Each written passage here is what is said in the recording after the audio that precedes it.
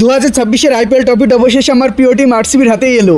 দিনটি ছিল মে মাসের 31 তারিখ। আজ আমাদের এই বাগান বাড়িতে কাজ হচ্ছে। বাগান বলতে চারিদিকে শুধু বাগানই বাগান। সকালের খাবার খেয়ে এখন যাচ্ছি বাগান বাড়িতে সকলের জন্য খাবার নিয়ে। মেইনে তো এই ফাঁকা জায়গাটায় একটি টিনের দোতলা ঘর ওঠানোর কাজ চলছে, যার একটি ফ্রেম তৈরিও হয়ে গেছে। তারপরে চলে আসি বাড়িতে, আর এখন আমার কাজ হচ্ছে এই জ্বালানিগুলোকে এক জায়গায় গুছিয়ে সাজিয়ে রাখা। আজ IPL final match RCB versus GT. আমি হচ্ছে আরসিবি সাপোর্টার। আজ আমার মাথায় টেনশনে ভরপুর। তারপরে রেডি হয়ে যায়, কারণ এখন যাবো ক্যাটারিং এর কাজ করতে। বেরিয়ে পড়ি নিজের হায়াবুসাটাকে নিয়ে কাজের উদ্দেশ্যে। পৌঁছে দেখি দাদার আগে থেকে টেবিলগুলো পাতিয়ে রেখেছে। এই গরমে কাজের ফাঁকে একটু কোল্ড ড্রিঙ্কস খেলে শরীরের মন দুটোই ঠান্ডা থাকে। আর কিছুক্ষণ পরে প্রথম বৈঠকের খাওয়া দাওয়া চালু হয়ে যায়। কাজ তো করছি, কিন্তু মনের ভিতর ভাবছি কখন খেলাটা স্টার্ট হবে আর কখন খেলাটা দেখবো। আজ ফাইনাল ম্যাচে আরসিবি প্রথমে বল করবে। কাজের ফাঁকে একটা দাদার নেমন্তন্ন খেতে এসেছিল, তারই ফোনে খেলা দেখছি।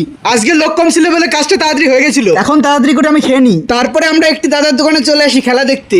যখন আরসিবি 3টে উইকেট পড়লো তখন আর আমি ভাবলাম এখানে আর থাকা যাবে না। চলে আসলাম অনিমেষদের বাড়িতে, কারণ অনিমেষদের বাড়িতে বসে আগেরবার খেলা দেখেছিলাম আর আরসিবি কাপ নিয়েছিল। লাস্টে যখন খেলাটা দেখে বুঝতে পারি আরসিবি এবারে কাপ নেবে, তখন বাড়ি চলে আসি আর নিজের পিসিতে বসে লাস্টের খেলাটা উপভোগ করি। আজ তো আমার গুরুদেব পুরো ফাটিয়ে খেলছিল, আর দরকার এক রান, লাস্টে 6 মেরে গুরুদেব ম্যাচটাকে জেতায়। আর পরপর 2বার আরসিবি কাপ নিয়ে নিল। আরসিবি ফ্যানদের কাছে এটি বহুত বড় একটা খুশির দিন। যাক, বিরাট কোহলির হাতে ট্রফিটা দেখে আজকে ঘুম তো ভালো আসবে।